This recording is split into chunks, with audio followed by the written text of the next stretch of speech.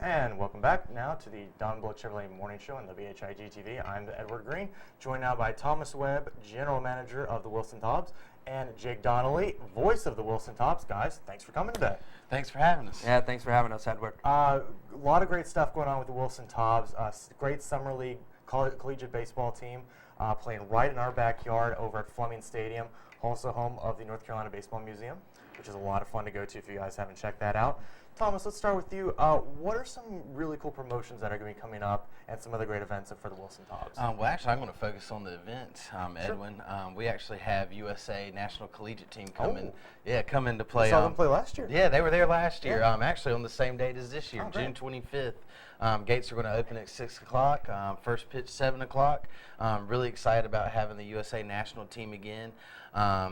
Last year, Eric Campbell, the general manager for USA Baseball, was very thrilled with us hosting them, very happy, and so they've also given us another opportunity, which is to host USA in Japan this year. Very cool. So we're very, very excited about that, very excited. And you know, the communities around us, for the USA Tobs game on the 25th, we actually have Chuck Finkley with State Farm sponsoring us, Hubert Vester Auto Group, Holiday Inn Express on 95 is going to help us out with that. And then also for the Japan game, we have LiveDo helping us there. So we definitely have the support of the community. Everybody's excited. Pre-sale tickets are up. We're very excited to see everybody at Fleming Stadium. And if somebody wants to pre-order tickets, how can they do that? You can just call the ticket office at Fleming Stadium, which is 252-291-8627, and just ask for myself or Mike Bell or any other staff at the Wilson Tobs office. Awesome. Yep. Well, Jake, you're the man in the booth.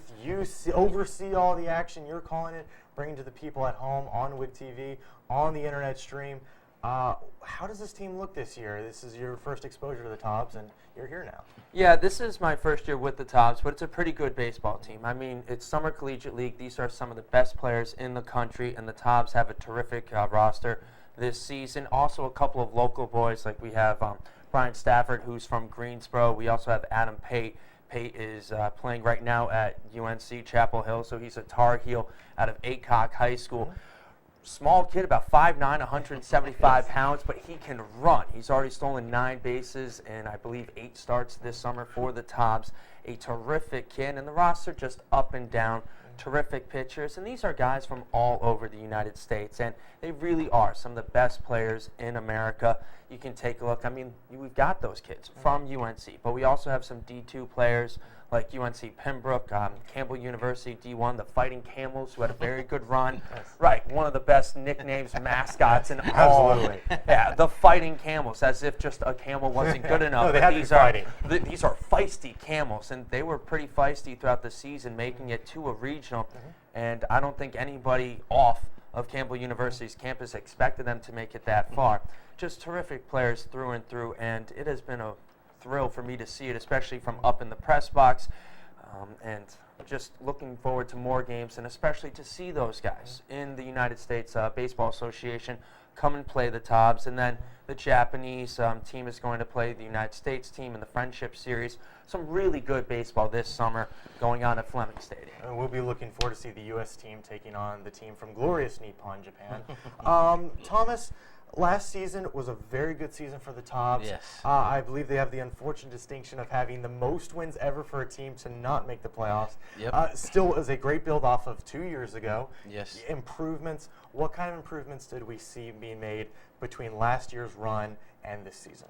Yeah, like you said, we've improved every year so far, and you know, like you said, we were the first team in CPL history, Coastal Plain League history, to be over 500 and not make the playoffs. I mean, it was this close. It was definitely devastating, but you know, we've taken that this year and relayed that to our current team, and they understand how important it is for us and for our organization and for them, and to make that run into the playoffs. And you know, we have a special ballpark at Fleming Stadium.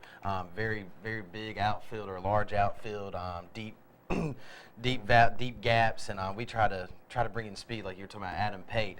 So we've made some adjustments there to have our team. We recruited the players that best fit our ballpark. so we can just get over that little hump, man. That's what we need to do, and I think we're on right direction this year with the team, as Jake was saying. Very excited to see how the guys progress throughout the season. It's still early. Yes, it's still early. We're 3 weeks in, I believe. So we have 2 months of baseball left to see what happens. Guys are improving every day. They come out for early work. They really have the mentality to win and to represent Wilson and their university still and their families and of course, like I said, the community. So I'm very excited to see where they take us this year. It's all about the players. Without the players, we're not here. So they're very important, but we have a good group of guys. Well, I think you touched on something great. For any of you guys out there who are watching the College World Series over in Omaha right now, you know exactly what it's like to play in a big park that's not going to give up a lot of home runs, where speed and defense and pitching are so crucial, and it sounds like you guys have really built your club around that. Jake, talk about some of the other guys, though, that if fans want to go out there and see them, who are some of the guys that have sort of emerged this season on the team? Well, one of the guys that, from the beginning of the season, who has been here since game one is Ben Schmucker. He currently leads the Coastal Plain League in RBI. He's driven in 18 on the season, and he's been playing a terrific right field as well. Thomas mentioned about the just vast outfield that we have at Fleming Stadium, a ton of foul territory. In the first week, we really didn't know what to expect out of these guys. We have the stats, we have all this stuff, but we've yet to see them play on the field. Schmucker comes in, and he is drilling the ball all over the place. So we say to ourselves, okay, we have a kid at the plate who really can just bash the ball. Then the Tobs are having this game where it all seems like things are unraveling. Bases are loaded, there's one out, and there's a shot down the right field line, and Schmucker goes tearing after a ball, which I'm calling on air as I'm not really building it up all that much, because I'm saying to myself, okay, it's going to fall in foul territory. There's no way he's going to get to this. And then, like he was shot out of a cannon, he lays out for the ball and almost Supermans it. He kind of just hung in the air. I didn't know it was physically possible for somebody to stay in the air this long. I know of my jumping ability that I can't do that. But he ends up making a diving catch about 10, 15 feet in foul territory, gets up, and he throws it into the infield. Sacrifice fly, no biggie. But the Tobs end up appealing to third base. The guy at third base was thinking the same thing. He had just kind of quit on it, and he had got so confused by the terrific play that he never tagged up. Ends up being a double play, inning is over. So Ben Schmucker, he can get it done both in the field and at the plate. We also have Seth LaRue, one of those feisty fighting camels, and he didn't come in at the beginning of this season. He actually started 0 for his last 12, but in the second game of a doubleheader on Saturday, he went 3 for 4 with a double, 2 runs driven in.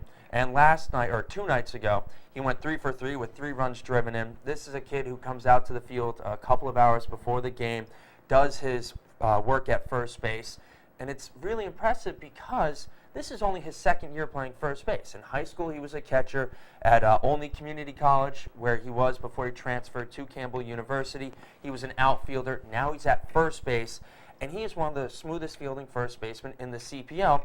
And if you look at this kid, he's from Evansville, Indiana, one of those Midwest or strong kids where he takes a light swing, big boy, and boom, that ball just comes right off the bat. So we have Schmucker, we have Seth LaRue, we also have a couple of the local guys like I mentioned. Taylor Nichols, who's from Louisiana, he was once drafted, goes to Louisiana Tech University, and we didn't know what to expect out of him. A utility player, and he's still listed on the roster as a utility player, but the Tobs didn't have a catcher for the first week and a half. So head coach Justin Hay, who is an assistant coach at Barton College, says, okay, Taylor, can you catch for me? He says, sure, absolutely, I can catch. Comes in, and he looks like he's been doing it since day one. And he has some of the best power you would ever see. It's deceptive power. He has 2 home runs on the season, and then our center fielder for the season, Drew Cole, he has 2 long balls, and also, I believe, 5 doubles on the season. UNC Pembroke kid, D2. It doesn't matter what division some of these guys play. These are just good ball players, and that's what Thomas and head coach Justin Hay have done with this roster. It doesn't matter what school you're from, where you're from. It's just whether or not you can play baseball, and they all can. And, of course, really the bottom line, and I think the thing that Thomas appreciates more than anything else, these are all really good kids as well, in addition to very good baseball players. Well, that's what's most important about bringing something like this together for the Summer League is guys that can gel, guys that are good guys, and really can represent themselves well in the community. Speaking about building, before we get out of here, Thomas, Wilson Tobs, Fleming Stadium going through a bit of a little rejuvenation period right now. Yes. Talk about some of the changes we're seeing there. We've already seen, and some of the future phases. Yeah, and as you know, you guys were out there. We had a grand opening for the new renovations of historic Fleming Stadium March 12th when East Carolina University played Wake Forest University. Had a great crowd. Without these renovations, it wouldn't be possible without BB&T, obviously, Wilson Tourism, the North Carolina Baseball Museum, which you mentioned earlier, Edwin, which is a hidden gem in Wilson. If you haven't visited, you need to visit it.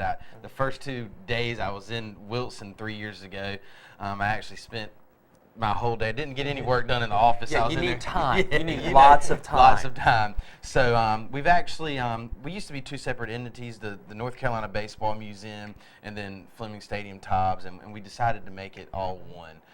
So now you know you're entering the North Carolina Baseball Museum. The city of Wilson did great with the construction. I mean, it just looks totally different. It has a minor league ballpark feel now to it when you walk in. Totally different dynamic. New Stadium Street Grill that has wonderful food.